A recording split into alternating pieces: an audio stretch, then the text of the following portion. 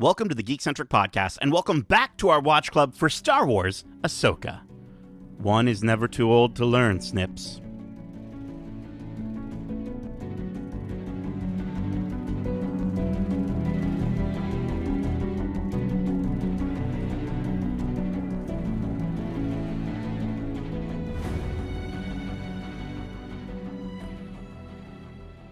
Welcome back to Watch Club. My name is Nate, and this is our Watch Club for Star Wars Ahsoka Part 5, titled Shadow Warrior, written and directed by Dave Filoni. If you're joining us for the first time, this is Watch Club, our weekly review series, kind of like a book club, but way better.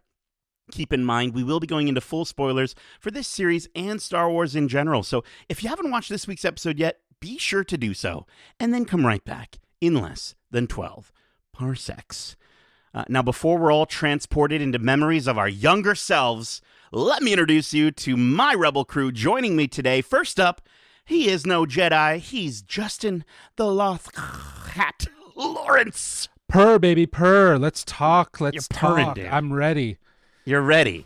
You called me after this episode, and I said, Justin, just keep purring away. We're not going to talk about it here. We're going to wait till we're recording. So I'm stoked to see what you have to say. But docking down, declaring droid in dank pendants, he's Darcy the Dank Dathomirian Hudson. Hello. Yeah, I'm ready to talk. Ready to talk. Yeah, You feeling? How are you feeling? Better than last week. Okay, awesome. Didn't bug me as much. Okay, amazing. And joining us again, he's kind-hearted like Kanan, but just like Sabine, he's got to keep up with his training. He's Kevin the Hu Yang Huggin Hudson. I swear around 9:30 on Tuesday night, I heard millions of geeky, orgasmic voices call out before being suddenly silenced. Oh my goodness. Have you boys cleaned up after Tuesday night or what? You know what? That's what a Purgle will do to you. You know, you give me a Purgle, give me a pot of Purgles, and I will be a geeky voice in the night. I think I've managed to clean up a little bit. It's still a little. Jesus. But normally, we've been starting off these watch clubs where I'm kind of asking you guys like a silly question. I got to be honest with you, just like last week, this episode was way too good. So I just want to get right to it. So I'll skip the question of the week again. But that said, I do want to pause just to remind you listening that we here at Geekcentric do support the WGA and SAG-AFTRA as they strike to get the contract they deserve. Without incredible writers and actors, writers like Dave Filoni and actors like Hayden Christensen and Ariana Greenblatt, we wouldn't get all the wonderful stories like the ones from a galaxy far, far away that we love so much. So if you want to support the actors and writers of the things we love, you can do so by checking out the links in our description. Now, let's get into Part 5, titled Shadow Warrior. This week, we pick up with Hera and the surviving X-Wing pilots landing on Cetos and exploring the rock structure where Ahsoka fell and where the star map was destroyed. Hera comms in with Carson Teva, and they express their concern that they aren't seeing any readings of life anywhere around them. Jason, alongside Chopper, exit the Ghost, but only after Hera gives her permission, like a good mom. And then in the distance, Hera hears a noise. As she slowly approaches, we see that it's Hu Yang holding Sabine's helmet. He expresses great sorrow as he says, "I told them to stay together, but they never listen. They never listen." Whew. So what an opener. Guys, what did we think of this opener? And Kevin, you're the Hu Yang hugging Hudson. How could you not want to give Hu Yang a big hug after hearing his sad, sad voice? You know, it's interesting to see him, I don't want to say humbled, but he's just got such a smarmy attitude a lot of the times, right? And here, there's no time for jokes. There's no time for anything. He is truly devastated at the potential of what he's discovered here. I thought this was a neat change of pace for the character, and just using him really did hammer home the thought, that these characters must be having, that they've lost their friends.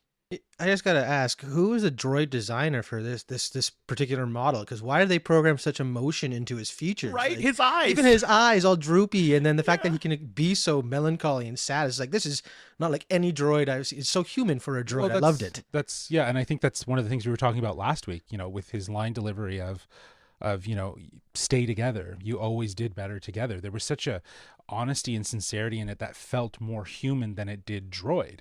And it's crazy how Star Wars always has these characters, these droid characters that add such emotional weight and depth to things, and they're so they have the foresight more so than humans do about human interactions and human emotions. So it's interesting that in this moment, again, Huyang is very much conveying a real human emotion that just highlights how special he is as a droid. Yeah, droid rights, I think, are still long overdue in the Star Wars galaxy, them not being allowed in a bar. And then I loved in Mandalorian how they had their own bar. But I will say, this brought me back to the sadness I felt with B2 Emo, right? Or especially the moment with K2SO in Rogue One when he's shouting, "Climb!" I'm just like, droids are making me feel things. And it's amazing to get these robots that have such, as you mentioned, Justin, such emotion and such expression. I want to call out from New Rockstars who pointed out that when Huyang says they never listen the second time, that maybe he's referring to Sabine and Hera, but he's also lamenting on the fact that the Jedi that he would teach back at the Jedi Temple also never listened and never recognized their mistakes, right? And then that's kind of what led to the events of Order 66. He's not just sad for one fallen Jedi, but for all of them. And I think that was really, really powerful in that moment. Yeah, it adds a little more weight to it because in the moment at the loss of Sabine and Ahsoka, because I think you said Hera when you meant to say Ahsoka, but then to add in that caveat, it does sort of speak to this idea of the Jedi just never listen. You know what I mean? Like they're going to always fuck things up. Pretty much. Yeah, I mean, if they listen to the Force enough, they're going to do some wild things or go against, protocol True. or whatever. And again, that is what led to the downside or downfall at some point. So yeah. And can we just shout out both in this opener, both the cinematography and the music, I think, were outstanding. I think the sequence, we hear the flutes being played by Kevin Kiner and his daughter Deanna, and they're kind of going back and forth, and it gives such an uneasy tone to this sequence. And then I was telling Justin this for the brief second that I allowed us to talk about this episode on the phone, but I thought that the drone shot over the red trees was giving me Midsommar vibes, the opening to Midsommar. Haunting, I just really, it was really Very haunting and really eerie and unsettling. And I just, it's so good. It's funny too. I was the when we were talking on the phone, I was saying how, I never really noticed it, but it's all there. All the hints are there. But the planet has a very Dathomirian vibe to it. Do you know what I mean? Like just in those deep red tones and that sort of grayish white trees, it's just very haunting. So I'm like I don't know if we're gonna learn more about this planet, but if it is explored, it'd be interesting to understand. The Dathomirian culture seems to be kind of sprinkled throughout. It'll be interesting to see how maybe it all ties into something else. Absolutely, yeah, and especially with Morgan Elsbeth being involved, maybe that place is really important to her. But back in the world between worlds, Ahsoka and Anakin exchange greetings and comment on how Anakin looks the same, but Ahsoka he says, "You look old." Anakin reminds Ahsoka that she lost a fight with Baylan Skoll. He tells her that he's there to finish her training, and after she asks what the lesson is, he responds with, "Live or die." As she refuses to fight, Anakin ignites his saber, forcing her into a duel. With sabers clashing, Anakin shows his power as Ahsoka uses everything she's learned from him to fend off his own attacks. There's so much to take in during these interactions. I was just kind of enamored with what I was seeing. Kevin, what did you think of the moment between master and apprentice? And kind of following up from last week, do you believe, now that we've sort of seen this episode, that this was Anakin? Was it a Force ghost or something else? Oh, I am probably not the best person to try and speculate quite what this was. And I'm almost wondering if that's almost the point, is it's up to your interpretation. Doesn't he say something similar to, akin to, I've heard that before, when she says she won't fight him? Now, yes. Wouldn't that have been Luke who said that to him? So this would be, that would almost let you think it was a Force ghost post Jedi rather than some sort of reincarnated version of his previous spiritual Anakin. I'm not really sure. But no, I just think, what we're going to get from this, episode between these two, it's a perfect way to set that up. Even though I'm not sure if we ever quite learn what the lesson is. But again, we'll get into that as we get through the episode. For sure. Yeah, I think, going off of, I guess, is this Anakin? I am on the basis that it's not Anakin, but I know last week I was going a little heavy with this idea that it could be the son and the son of Mortis. gods, and Yeah. and maybe that can still be true. And as I was saying, it doesn't need to be something that needs to be solved in this episode. But the reality is that what we saw wasn't Anakin per se. I think it was a representation either from Ahsoka or from something else that is sort of projecting a Anakin. Because if it was Anakin and it was more of a Force ghost, the level of interaction would probably be more in depth than what we get throughout. Like the interactions that we get, they lived in memories, right? But this whole first interaction almost feels very territorial. It doesn't feel as simple and natural as it was. When we get to the flashback moments, it kind of feels like that because, again, we're living memories. But when he snaps out and he goes back into trainer mode towards the end, there's a very clear distinction of him moving from Anakin. So I think we saw parts of Anakin, but I don't think that this person in the world between worlds is actually Anakin. I think it's more of a projection. I mean, I'm on the team that it is Anakin, if only because the one interaction in that memory later on in the episode, he says, "I haven't seen this before. Right. I wasn't part of this battle," and the fact that was something like.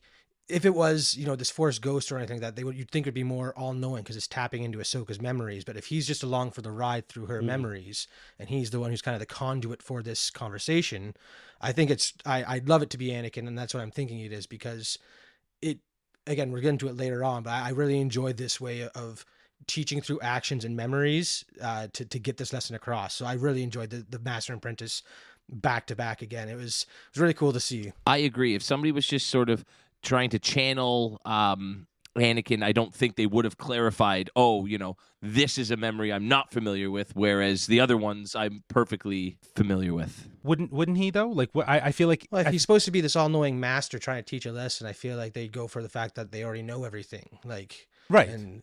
Maybe. But I think that, again, in where you guys are saying that you think it shows more that it would be him, I think it shows more that it isn't him.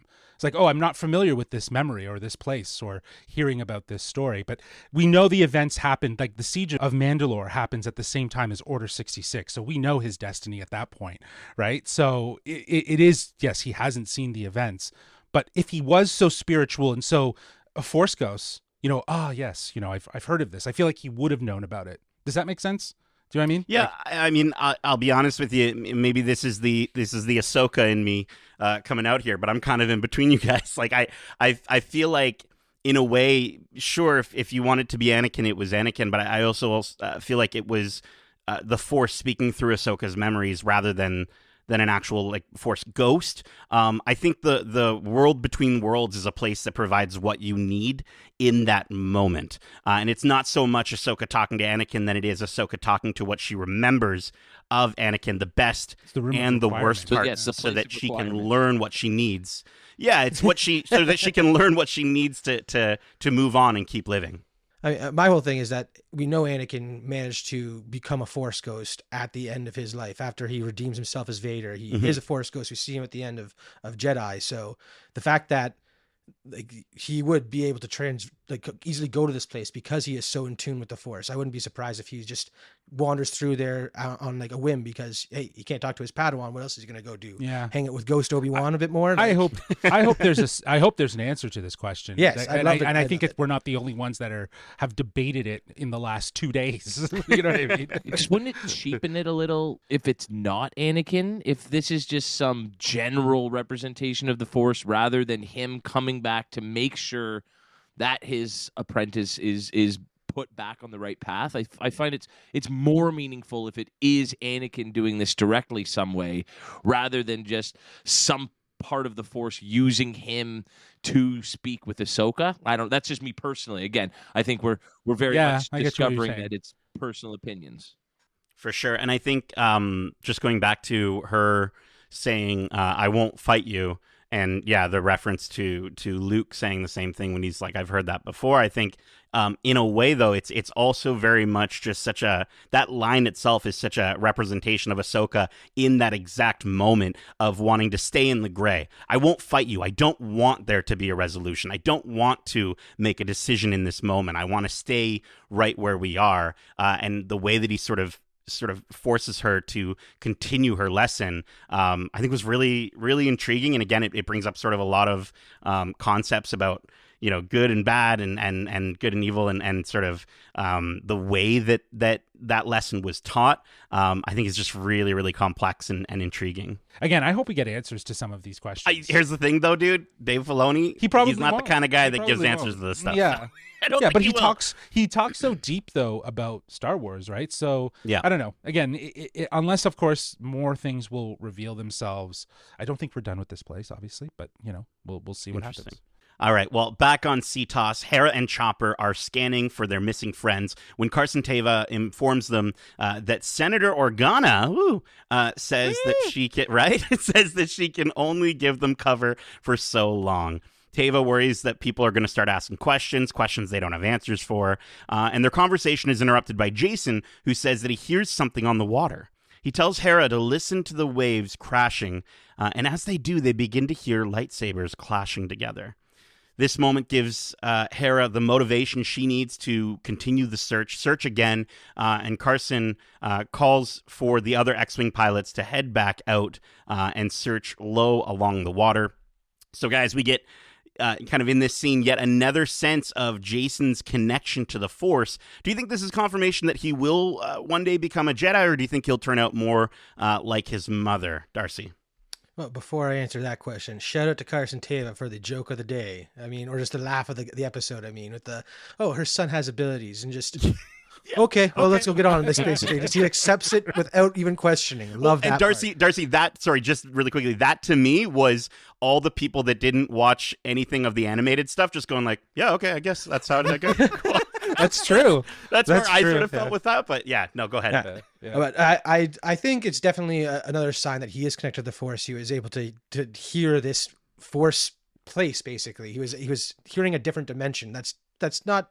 If that's not Force connection, then I don't know what is. For sure, that is. Yeah. Well, whether or not he becomes a Jedi, I don't know. I feel like, because again, we see Hera seems very skeptical of letting him train in the ways of a Jedi, and I don't know. I mean, maybe he's just going to turn out to be a wicked pilot with the intuition that tops Han Solo's type thing. He wants to be a Jedi, though. He wants to. You can tell. Train. Gentlemen, suck it up. He's going to Luke's Jedi school. He's getting mowed down by Ben Solo. No.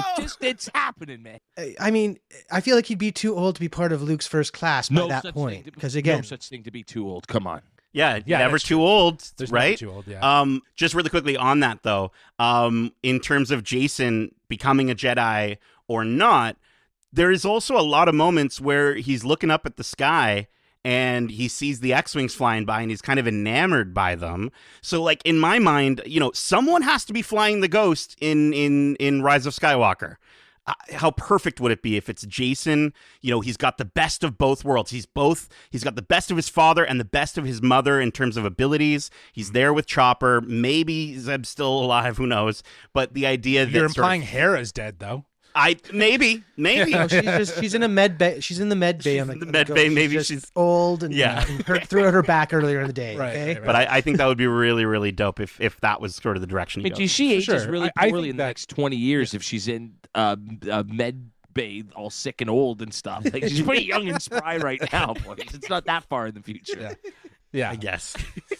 No, I think this is great. I love that Jason was the one to kind of introduce how the world between the world works within the existing world, sensing it through just feeling it, right, and hearing it and understanding it. I love that it's our first sign that he is Force sensitive. He definitely has a yearning to want to learn the ways of the Jedi, and understand his abilities and I think be like his father.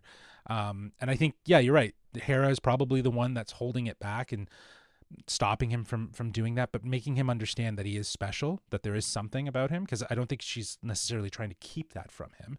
Right.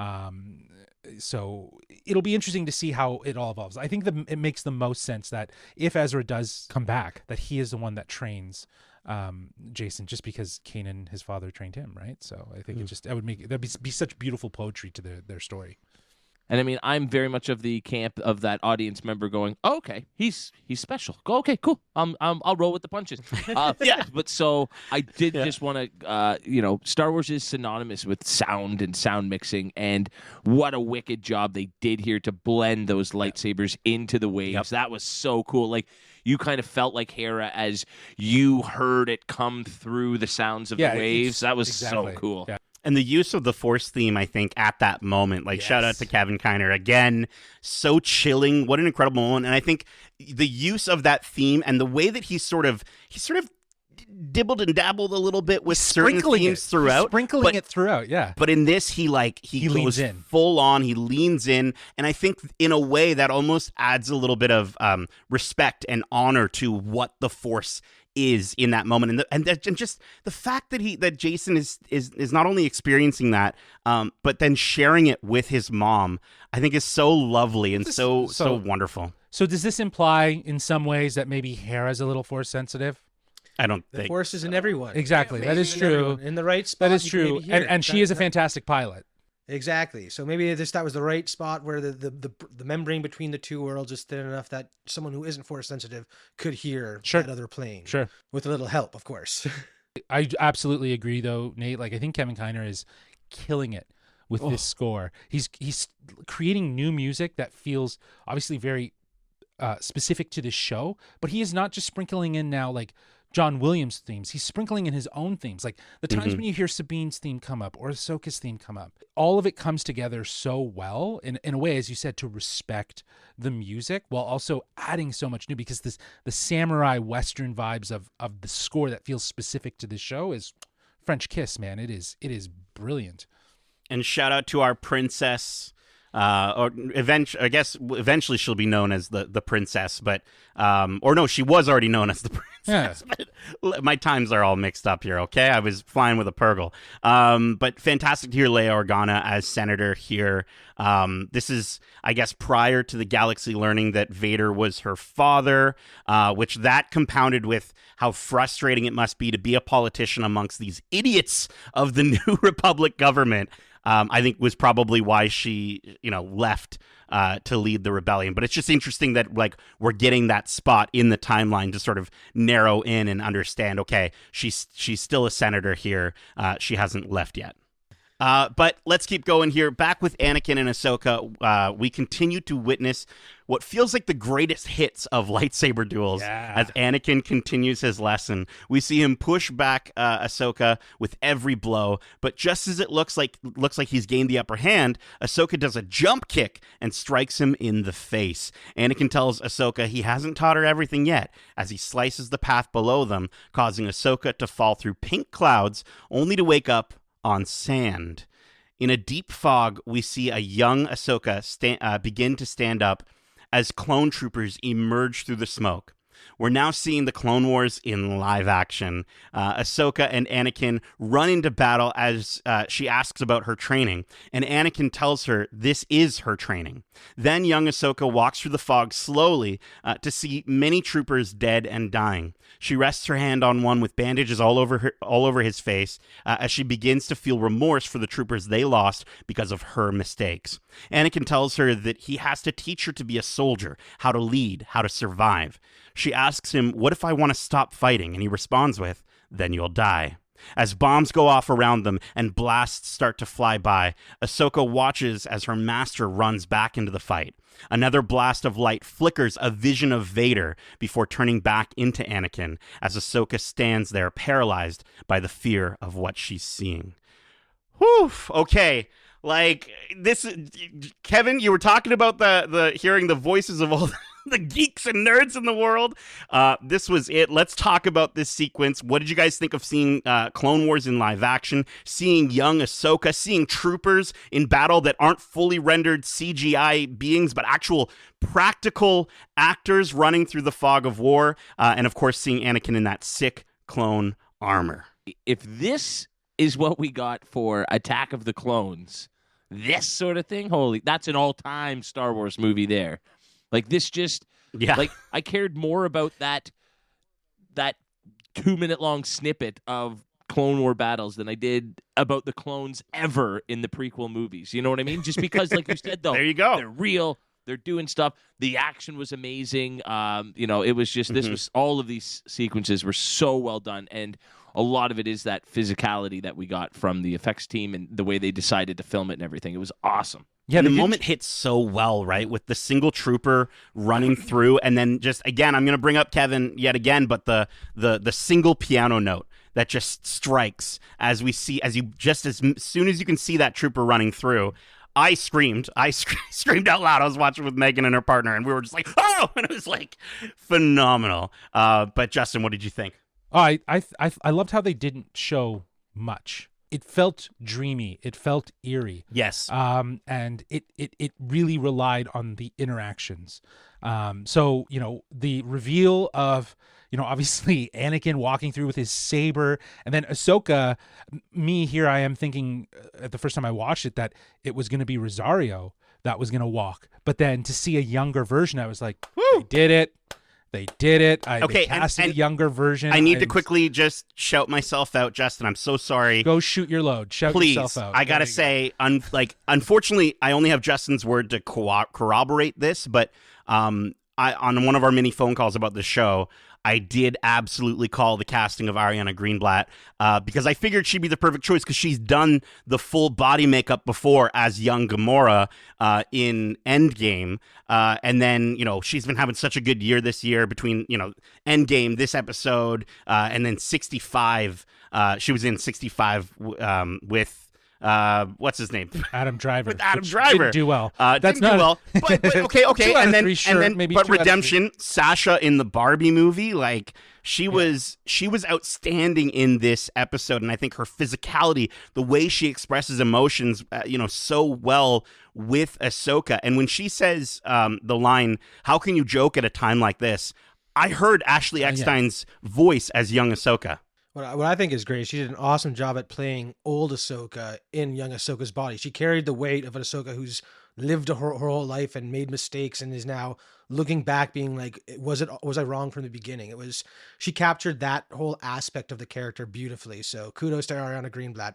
Great casting. And I loved, between the two memories, we see the first time she's learning to be a soldier, and then pretty much the last time that she would be a soldier at a warlike level, right? Mm-hmm. And that's, the Siege of Mandalore. And these grand battles.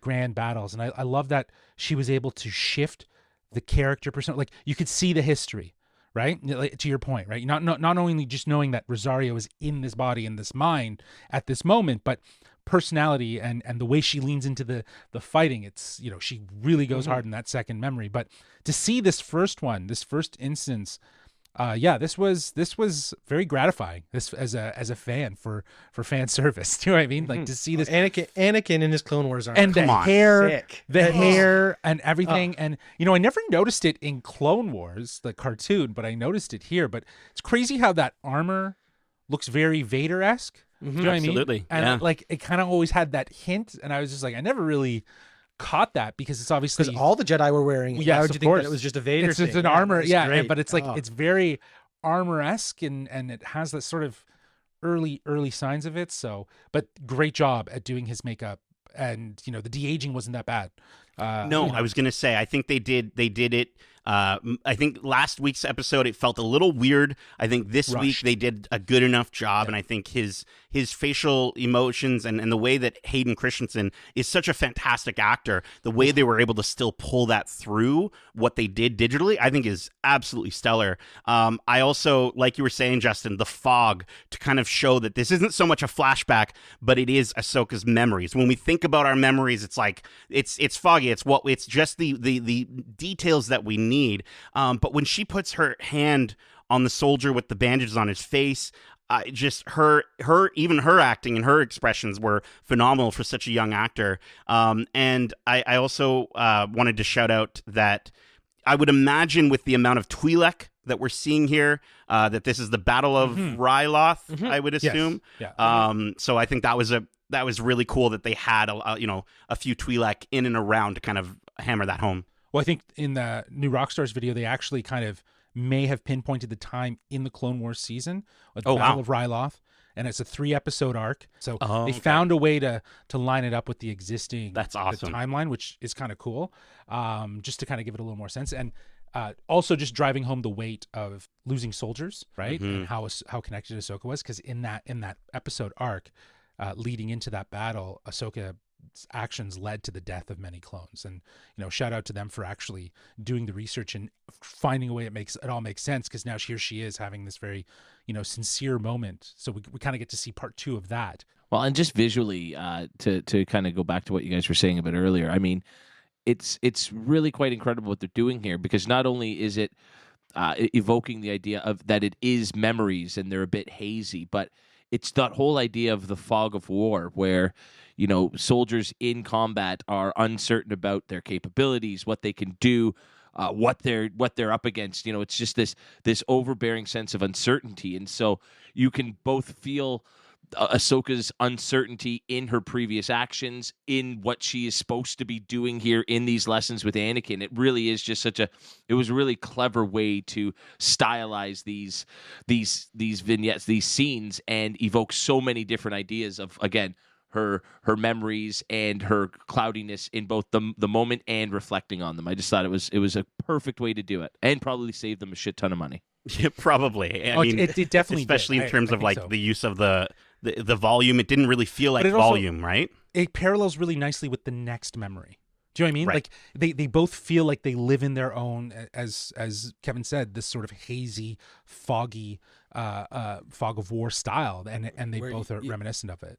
Yeah, where you don't need to know the specifics to understand the gravity of the situation. Exactly. Yes. Well, and I love that call out, Kevin, in terms of the concepts of the fog of war, war in general. I think, throughout watching the Clone Wars, at least for me, I don't think I ever, as much as watching this sequence, really got the full understanding of how the Jedi would have had to have changed from being peacekeepers to soldiers. And I love that call out that Anakin has of like, when Obi-Wan was teaching me, we were keepers of the peace, but here we need to be soldiers. And you see that so much more. And in a way, it's sure that exchange could have happened between him and Snips, but at the same time, I also feel like it's slightly elevated because we're seeing it from her point of view, from her perspective, and I think that's really, really fantastic. And then just the flash of Vader in that moment, transition was so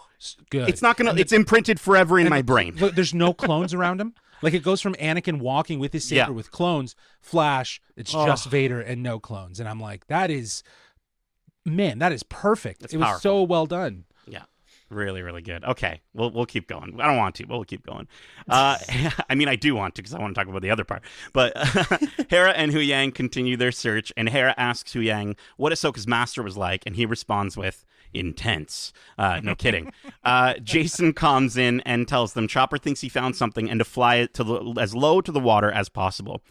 Back to Ahsoka, we see she's a little older and much more confident as she fights along the 332nd Company in the Siege of Mandalore. Rex compliments her fighting ability and informs her that he and the other troops will secure the perimeter. Ahsoka crosses her arms as Anakin tells her he doesn't know this battle. He tells her that she's done well and that she's a warrior now, as he trained her to be.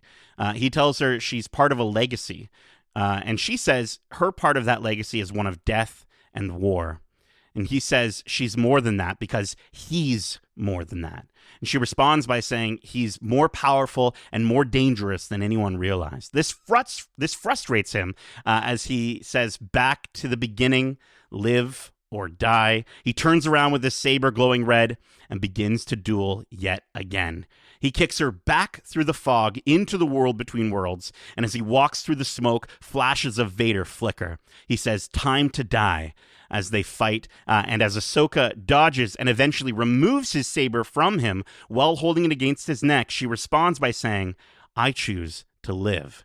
She deactivates his saber and throws it aside. As he slowly looks down, his eyes turn from furious red back to blue as he smiles and says, there's hope for you yet. He disappears, and as the waters rise, they engulf Ahsoka completely as she's rescued by the X-Wing team flying low above the waters of Cetos.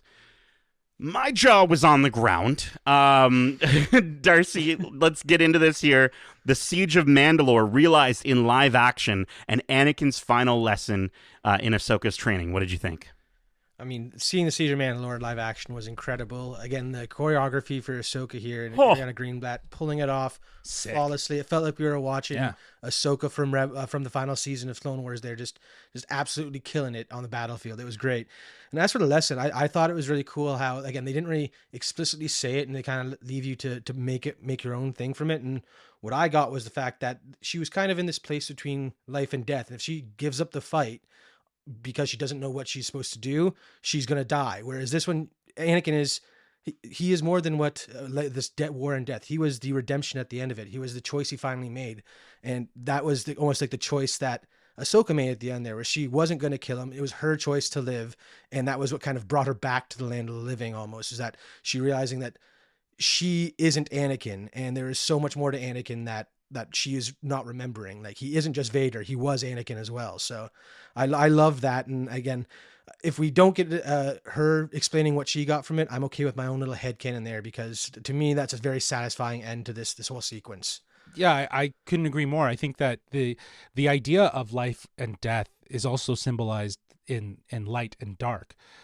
Because in a lot of ways, as Vader has said, he killed Anakin, and Vader is the dark side of Anakin and is that consumption. And I think we've seen Ahsoka sort of give in to dark side tendencies throughout this season, and I think really question how much of her master left that imprint on her, and also her carrying this guilt of what if she didn't abandon Anakin and leave her training? Could she have helped to create a different path and been there for Anakin? And I think that carrying that into this story and simplifying the means of to live or to die, be consumed by what you fear, or work past it and live beyond it. And that was the lesson that I think that she took away from it. And it's so beautifully executed in the way that she's disarmed from her lightsabers, which glow a white, symbolizing the light. She then disarms Anakin and grabs the red saber, holds it to Anakin. And in that moment, she could give into her dark side tendencies and kill. But instead, she lives. She lets go of her fear and her anger and her frustration. So it was just so well done. I loved it. And in that moment, when Anakin steps back and Hayden's facial reaction with the eyes and how he just kind of calms and he becomes Anakin, it was so well done. It was so well done. And then just to end that line with there might still be hope for you, Snips, right? Hope. Like Hope. I'll definitely take that as an explanation as to what the lesson was. That's a lot to take in there between the two of you by the end of that. But a very abridged version of that will suffice.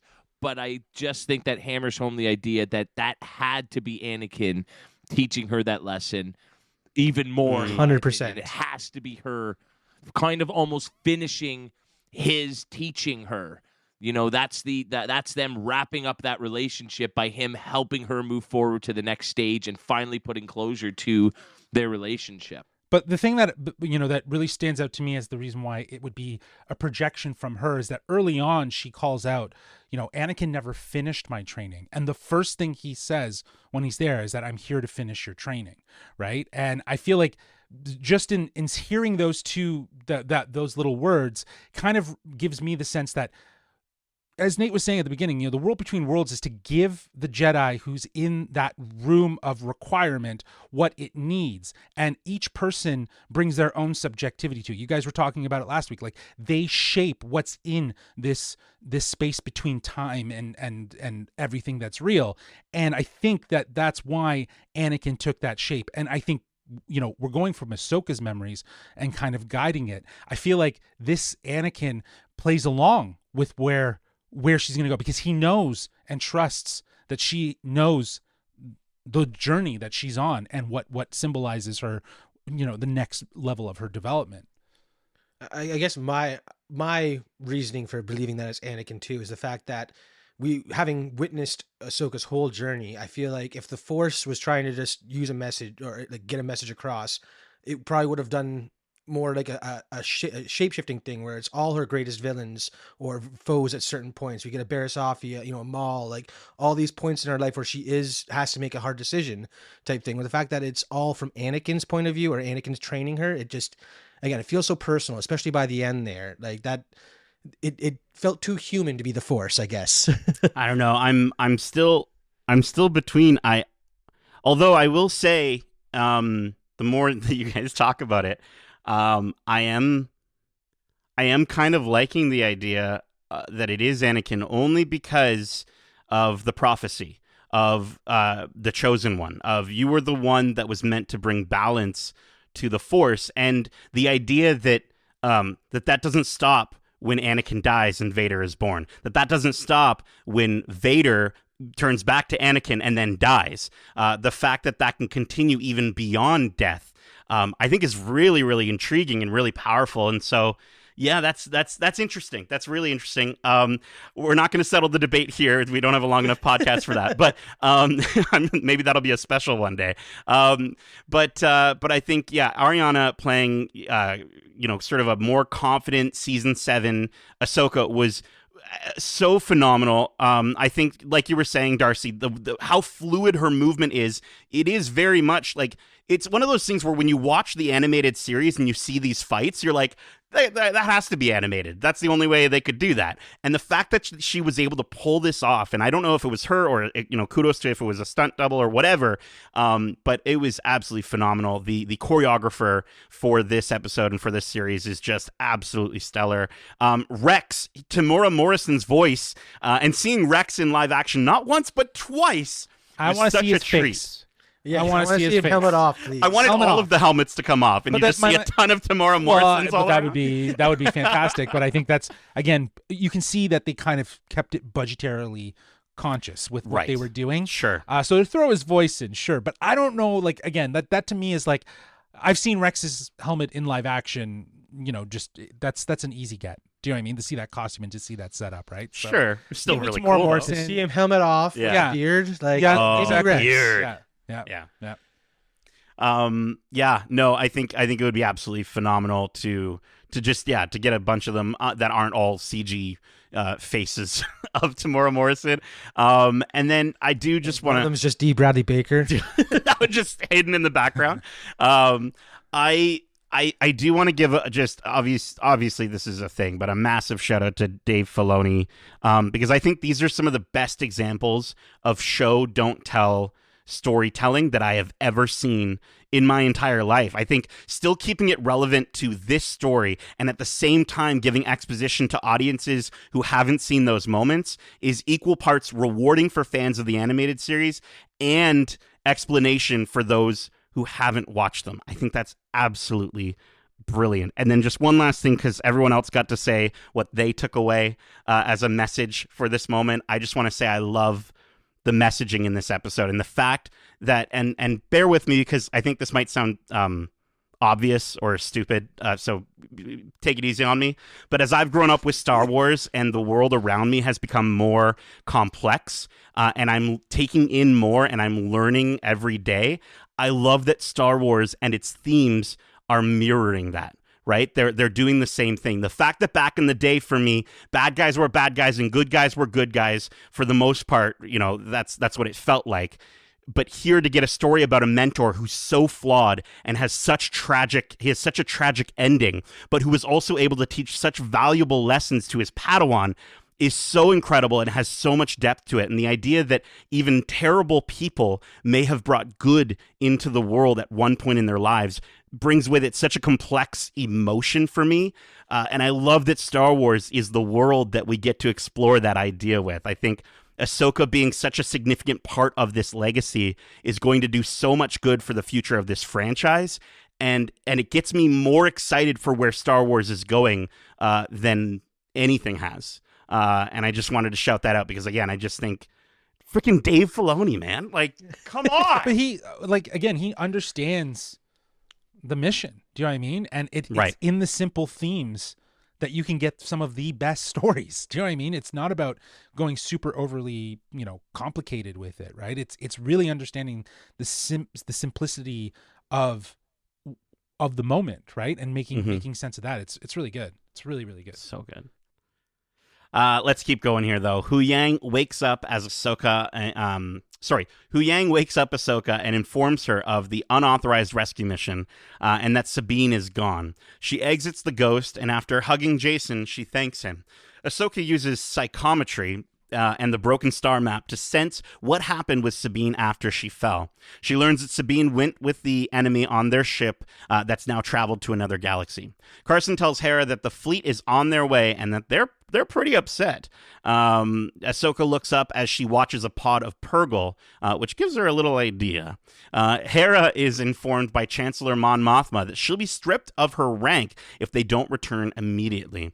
Ignoring this, they fly up to the sky as the pod flies all around them. Carson attempts to stall the New Republic fleet, and Ahsoka convenes through the Force with the largest Purgle. It opens its massive mouth and Ahsoka asks Hu Yang to move them inside. Hu Yang asks if Ahsoka is certain the Purgle know where Sabine is, and she says, I don't know. I have no idea. He reminds her that it could take them anywhere, and she says that's better than going nowhere.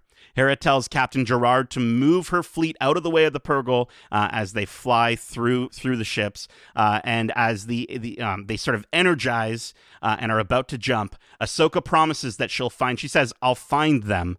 So I'm assuming she's referring to Sabine and Ezra. And Hera responds with, may the Force be with you. And that is the end of the episode. So, obviously I want to know where we go next week. But before we get to that, Darcy, what did you think of this climactic ending and the incredible Purgle pod reprising their performance from the finale of Rebels? Before I get to that, I'm doing this the second time in this podcast. Please. I have to bring this up because my mom wanted me to. Go for it. She really hates the line that the captain of that ship says. The evasive maneuvers, get out of their way. Yeah. And they proceed to stay in their way and not move at all.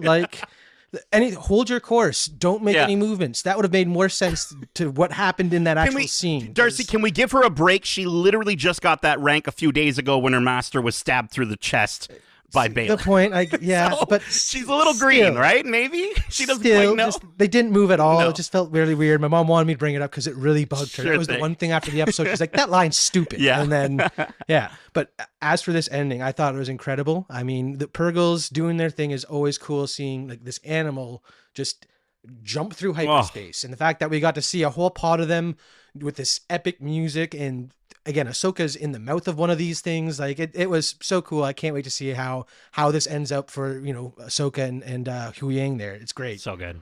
Now I'm like 50-50 with these space whales. Did we win you over? Well, no, I'm going to say I appreciated your synopsis of the final scene because I do think it felt a little fillery how long this took. It's like she sees him in the sky and it's like, okay, go hitch a ride, let's go. And that felt like it took 15 minutes. I get that they're Right. going for the majesty and the grandeur of these incredible beings and the spectacle that this moment is, but it was like, okay, let's jump into hyperspace and go find some people. Let's go. So I will just say that Yeah. it went on a little long, but no, it's cool. For what it is, it's cool. I'm like 72% on board now. Oh, we're almost We're there. getting him there. We're gonna get him We there. almost got We him. got to get a Purgle to maybe jump through space and eat Thrawn in half one day, and then he's gonna be like, I'm in. light speed skip. There you go. That's all it has to do. Just good. jumps real quick. Sorry, Justin, before you go, I Yeah. just also want to say, I didn't need to see Ahsoka without her headpiece on. That was a very uncanny valley little moment weird. for me. Yeah. I just wanted to bring it up because that was odd. I don't know, but they're she showing off she was rocking. They're showing off the makeup and practical effects there. Like it looked great. Yes, I just never needed to see that, I guess. It felt like I was seeing something I you shouldn't, shouldn't. But she was, you know what? I did love that she's rocking the Ahsoka the white outfit, and makes so much sense that they, as we were kind of talking, was that scene from before? Was it the same scene that we saw before? At this point, I don't really care. I think this is more of kind of the retcon of this is her Ahsoka the white moment. She went to the place, she fought the Balrog. The Balrog, she died or whatever, and then she comes felt, back. She thought she was. Right, She came back. exactly. Here we go. Yeah, and I think you're right, Nate, just kind of on that topic. That scene that feels like a recreation from the final moments in Rebels, in animated. I do think that final moment in Rebels was written with sort of this, what's next? Like a very hypothesized idea. Oh, well, Ahsoka would be like sort of next level, so Ahsoka the White. Right. And she would be with Sabine, and they'd be trying to find Ezra. And I think that was materialized into that one scene. And here now it's kind of being stripped apart and spread across over these episodes for us to understand how that story comes to be told. Right. And yeah, I think this was great. I think this was super stoic. It was this hero's moment after her sort of enlightenment. She's got her groove back in some ways. I don't think I've seen her so happy, smiling. Like, yeah, I don't care. Yeah, let's just see what happens. It's better than sitting here wondering. So you can see she's got a little pep in her step, and she's a little more confident. She understands the task at hand, and I think she's ready for it. And obviously donning the white cloak, Ahsoka the White. This, again, in the new Rockstars video, they mentioned how there was a lot of parallels between sort of Gandalf's journey, falling at the hands of Anakin into this sort of dreamy state that then led to her enlightenment and her reawakening and her rebirth and on the next steps of her journey. So I'm interested to see that energy be carried through in the next episode. But yeah, I loved how again, I think Kevin said it, and it's in its own right. It felt very stoic, and it felt very, again, another little layer of fan service to see these Purgles not in gray skies that are hidden. It's like the sun is beaming. It seems like, the planet is almost a little happier as well. And I really enjoyed that. I think it's kind of, again, it's very Star Wars to have these things all kind of aligned, and to see the back of them just kind of fly off into space. It's so cool, man. It was so cool. Awesome.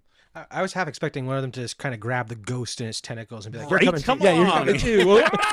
This is sucked in. Yeah, I also got Jurassic Park vibes a little bit, right? Especially as the other crew were kind of looking around and just like, I got the standing up from the Jeep and taking the glasses off kind of moment from them. Exactly. Yeah. And I just Son think of a bitch did it. yeah. Welcome.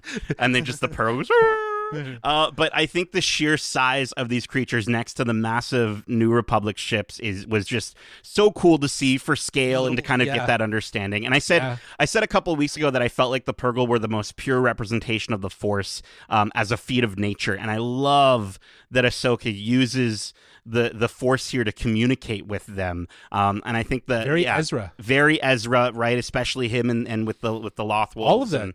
Well, he communicated with the Purgles, right? Like, right. The first time we see the Purgles, he actually talks to them and understands and helps them because their planet is being attacked, right? And so I think, again, it's a great way to understand, like you were saying, that they are the purest form of creatures within the Force. They interact with the Force, that they're, like, their soul is very much connected to the Force. But again, I just think like this moment for me felt like it could have been the finale for this series. I'm so happy it's not, but it, like, just the way the music was and how epic everything was, and even just the ending of, Hera just, may the Force be with you. Like, it felt like a finale because it kind of already was the finale for Rebels. So it's just a really kind of, I don't know, I think it's really cool the way that they pay homage, but then again continue to build new stories out of what we've gotten. So good. But that brings us to our prediction segment of the episode, which we like to call I Want to Know What's Gonna Happen Next. Kevin, I want to know from you what's gonna happen next. I'm going way out on a limb here. I think we might see Thrawn. Whoa. What? No. Wait. Hold on. Pump the brakes. Hold on, Kevin. Are you talking Wait, about? are you saying next episode, Which or are you Thrawn? saying like Thrawn, like the blue guy from the show? or Thrawn the King? No, jokes aside, that's all I've got. You know me, I'm terrible at this stuff. But no, I think it's we don't have much time left, so it's gotta happen to make it count and mean something. I will just say, I think you said it really, really well there, Nate. This episode felt like a finale, but it's not a finale. It's a closing of, I think, one part of the story, and that's Ahsoka's story. I think she's now equipped and ready. I think the next 3 episodes that we're going to get are going to kind of function as like a trilogy. In my mind, that's how it would work, where it's like 1, 2, 3 episodes that kind of get us to a conclusion. And I don't think that conclusion is going to have resolution. I think it's going to be cliffhangery. It's going to be like, give me more Ahsoka now. I want to see more of this story now. So I think that's a guarantee. I as a loose want to know. Interesting. But I do think, going back to my initial thoughts about Anakin not being Anakin and being something else and whatever that could be. I did think it was really cool that Jason was the one that sensed this other world. And I think that if the world between worlds happens again, it'd be really interesting.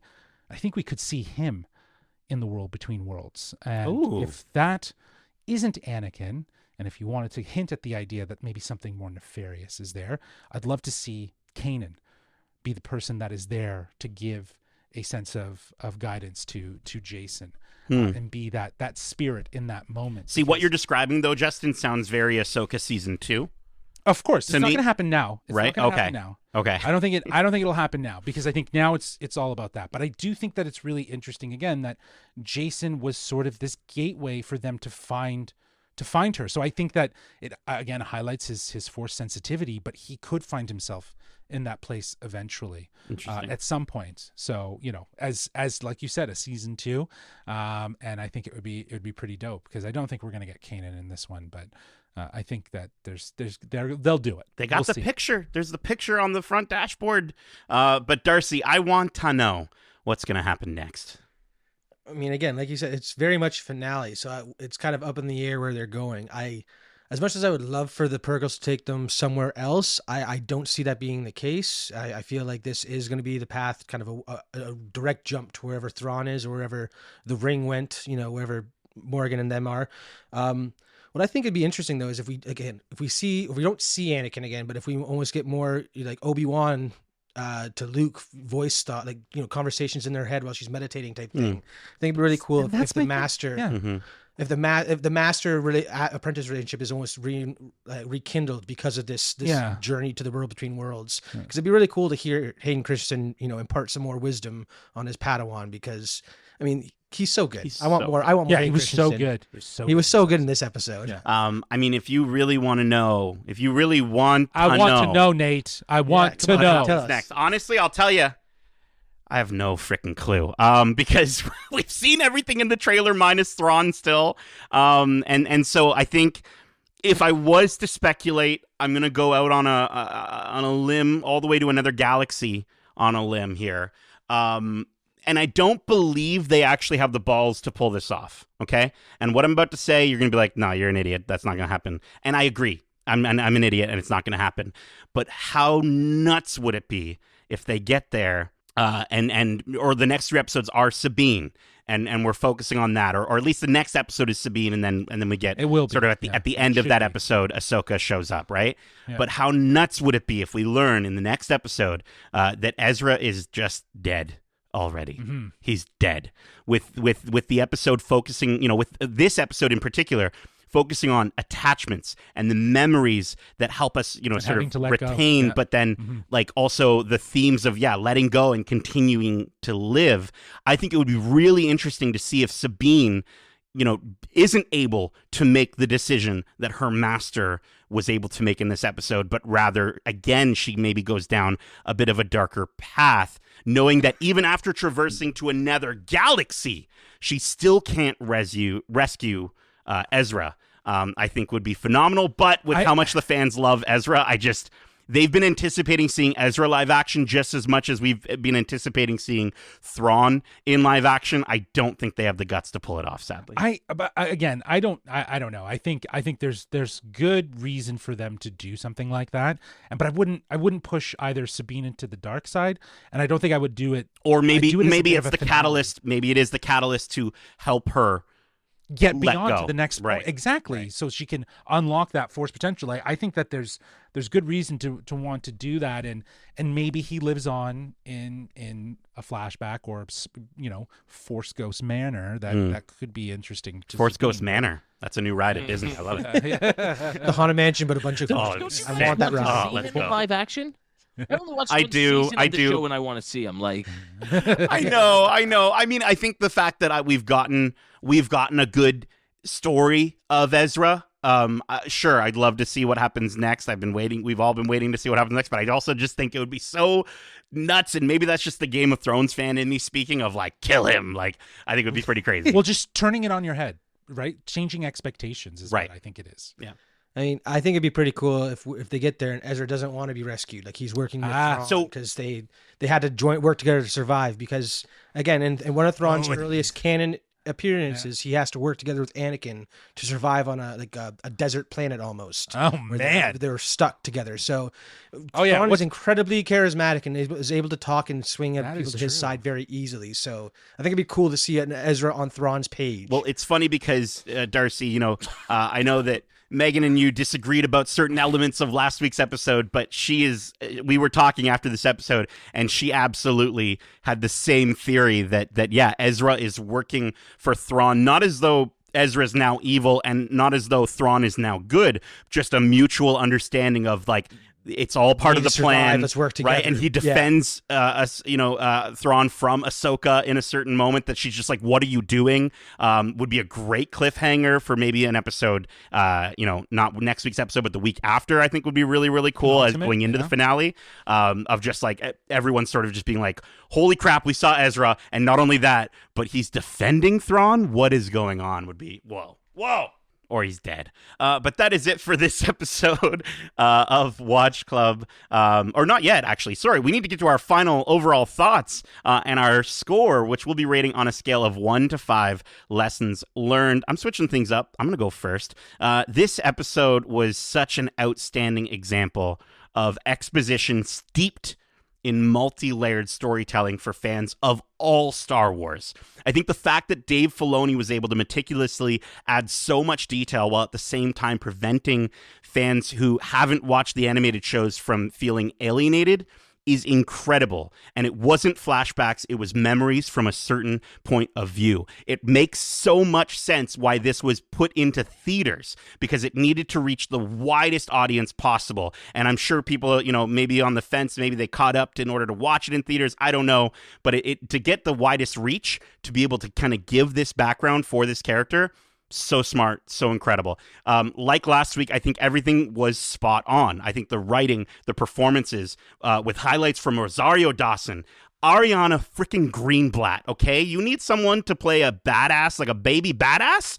Get this girl in the role while she's able to kind of still play within that age. She is phenomenal. And then Hayden Christensen, as we were saying, to be able to perform and emote the way he did through the CG was outstanding, and I think he's such a phenomenal actor. And I was thrilled by the way they were able to kind of pull that off. And I'm also so incredibly happy for Hayden that he's gotten multiple moments to shine again and kind of get the love that he deserves for this role, that he's always deserved for this role from today's Star Wars fans. The music was phenomenal in this episode. Kevin Kiner is slowly he's getting up there on the list of phenomenal, like he's in there, he's there with Giacchino, he's there with Williams, he's up there. And I think the way that he weaves in big horns when we get flashes of Vader, the Force theme when Jason senses Ahsoka and Anakin was nothing short of just perfect. I can say, going through this episode the first time, halfway through, I was a tad disappointed that we didn't, we weren't leaving CTOS. I was kind of like, okay, let's go.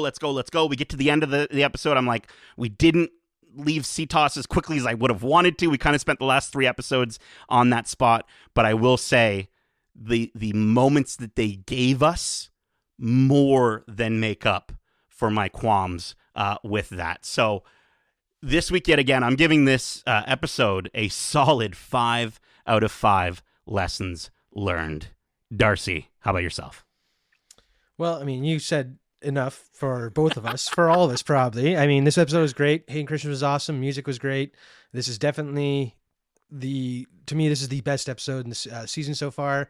It captured everything I needed to know about the relationship between the characters at this point in time. I loved everything about it. So 5 out of 5 lessons learned for me. So good. Kevin.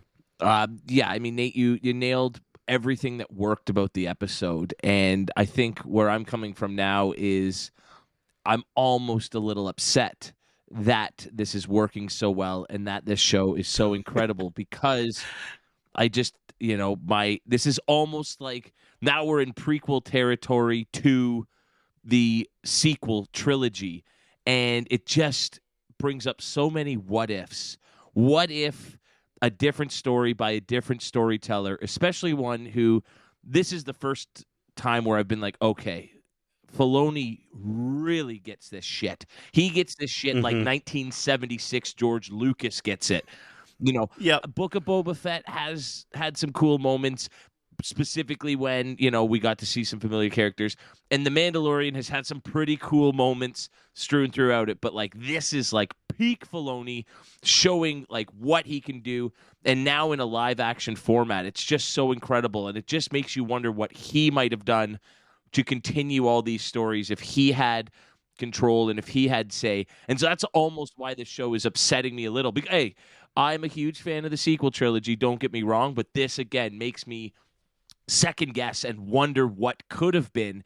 And I'm all just like, as great as this show feels like it's going to be right through, how much is it really going to matter when we know that none of these characters are around in 15 years into this timeline, right? Like, it's just, again, I'm just almost a little upset at how much I'm into this and digging it, and like 3 more episodes isn't enough. I want more stories from these characters about these characters. And so I'm very curious to see how they do wrap up this season. If it's one of a couple, who knows? But yeah, I'm very curious to see how they wrap these characters up here and make it feel like either they're still alive, but we're busy for the upcoming important saga that is the sequel trilogy. I don't know. Again, I'm all over the map here. As somebody who didn't necessarily gravitate towards the animated shows, these characters are becoming very important and very special, and I'm falling in love with them. And so it's just really tough to think that this might be the only sort of live action we get of these characters. But again, only time will tell. We'll see. But no, for what Filoni's doing here, it's absolutely wonderful. I've liked each episode more and more as the series goes on. This was an easy 5 out of 5 lessons learned for me. Very cool. I mean, Kevin, we're getting a movie. We're getting a movie from true. Filoni. That's true. And you know what? Right? If you when I heard that after Mandalorian, especially after the last season, and after how Book of Boba Fett sort of didn't do what I wanted it to do as a fan of certain characters in that, this has made me go, okay, yeah, that big screen, massive scale movie with Filoni getting to do everything he's always wanted to, I'm sure, on the big screen. Okay, good. You've saved me again. 6 out of 5 lessons learned. I'm going even higher now. I'm happy again. Go. Thank you, Nate. Broke the scale. All right. Well, Justin, take us home. Yeah, I think that Kevin's right. This is peak Filoni in live action, but to a lot of what you're saying about wanting to see his version of the Clone Wars, and that we did. It was 7 seasons of an animated series that really did tell the story of Clone Wars better than any of the movies of the prequel trilogy actually did. We only saw the beginning, and then we have the animated series, and then we had the end where Order 66 and it happened, right? So he made Anakin I awesome. loved. He told the story of Anakin really, really well in Clone Wars, and that's why this episode just hits so much more. We get to see that crossover of and that validation of live action and animated canon stories coming together in this moment. And again, it's fan service for those individuals, but really the biggest fan service this is for is for Dave Filoni, to see these characters in live action. And I absolutely love that. I love that for him. I think he's told a perfect story here. He was able to bring in what was important and relative to the character of Ahsoka in this moment, in this time. He's distilled it in a very simple manner about living and dying and what that looks like from a light and dark, to be consumed, to understand your fears, and to work past that. Something that I think is, again, so central to the story of Star Wars and the character of Darth Vader and Anakin Skywalker. So all well done. Outstanding music. You gave credit to Rosario Dawson. She's killing it. She's already killing it. But the outstanding MVPs are Hayden Christensen and Ariana Greenblatt. Like they did such an incredible job. And to see, like we've been, sort of gushing over, to see Hayden come back to this role and to give something new beyond, like, some of the more ridiculous moments in the prequel trilogy. I love that for him, and I know he deserves that. So yeah, it's almost as though, Justin, he was a phenomenal actor, and that it was just the writing that was a problem. You know what I mean? 100% was. Yeah, exactly. And as Kevin was saying, if it was handled by someone else, which it should have been, and it shouldn't have been so precious, it could have been something so much more. But thankfully, Filoni was able to say, well, I'm going to do a story right here. I'm going to do a story here. I'm going to do a story here. He's put these stories to help round out, the more bigger, iconic movie moments. And they're at a point right now where they're outweighing. Do you know what I mean? They're outweighing those movies, but in a way, I would say in a way though that still honors what came before. It's not again degrading what came before. It's not degrading it, no. But I just mean that it's getting to a point where it's not just the movies and the animated. It's like the two are there as very important, and we're crossing paths, right? In a lot of ways, this Ahsoka series is a journey to the world between worlds of animated and live action in a lot of ways, right? So I loved it, and you've called it out. Kiner's music throughout this entire series has been so spot on. It has the right nuances of John Williams while still feeling original to this series, while also still having the original scores for the characters that he made in Rebels and in Clone Wars, and I love it. So 5 out of 5. This is perfect Star Wars. It's Star Warsing Star Wars. It's great, dude. That's a lot of lessons learned. But that is it for this Watch Club for Star Wars Ahsoka Part 5. We hope you enjoyed it. And if you did, make sure to subscribe to us wherever you like to listen to podcasts, if you haven't already. And if you want to write into the show with your thoughts or your predictions on the shows we cover in Watch Club, well, let me just fly into the mouth of a space whale to find Justin. There he is, so that he can tell you how you can reach us. Friggin' reeks in here. I thought they smelt bad on the outside. They can reach us at wearegeekcentric@gmail.com. That's wearegeekcentric@gmail.com. Or they can reach out to us on the app formerly known as Twitter at GeekcentricYT, or on Instagram or Threads at wearegeekcentric. Also, join our Discord so that you can keep up with this Watch Club. As I was saying, you can share your theories with us, and we'd love to talk to you about everything there. Maybe we can bring up some of your theories on the Watch Club itself. You can do so by joining through the link in our description. And we have a new episode of This Week in Geek. It's come back. I don't know if it'll be every week, but we got one out this week covering D23. And all the latest announcements made for the Disney parks, which is out now. You can check that out. I'm actually not on that one, so I'm really looking forward to listening to it. Kevin, you hosted it, I believe. Is there anything you'd like to tease? If you're a fan of the Disney parks, renew your passport and start saving up, because all the parks around the world are looking like they are worth a visit over the next 2 to 5 years.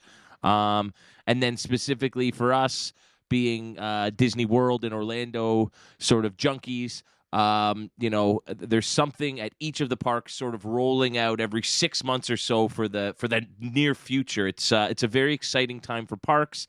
I think a lot of people's fears, especially after the pandemic, are now being quelled a little, in that we were told that they've got more on the go in terms of rides, attractions, and lands that at one time than it ever in their history, and they're putting billions and billions of dollars into just making it even more magical than it ever has been before. So it's a good time to be a park fan.